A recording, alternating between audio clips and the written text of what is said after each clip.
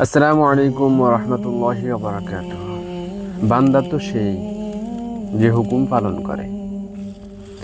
মাহমুদ গজনবীর হুকুমের কি মূল্য আছে? তার নিজের বুদ্ধিও সীমিত, তার উজির ও আয়াজের বুদ্ধিও সীমিত।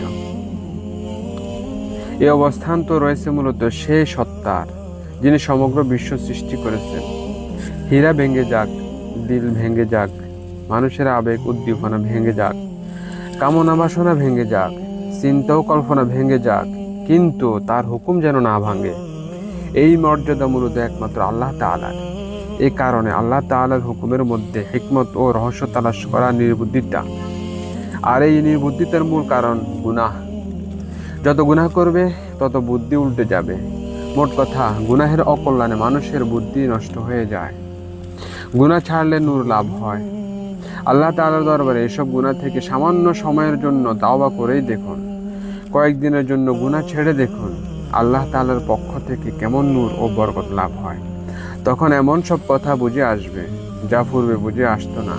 কোরআনে কারিমে আল্লাহ তাআলা ইরশাদ করেন, ইন তাত্তাকুল্লাহা ইয়াজআল লাকুম ফুরকানা।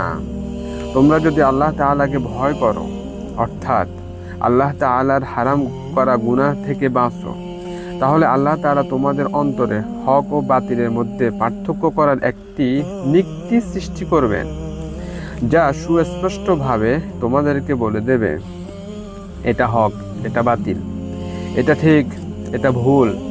আজ হক ও বাতিলের মধ্যে পার্থক্যও মিটে গেছে, কারণ আমরা গুনাহ করে নিজেদের বুদ্ধি নষ্ট করে দিয়েছি।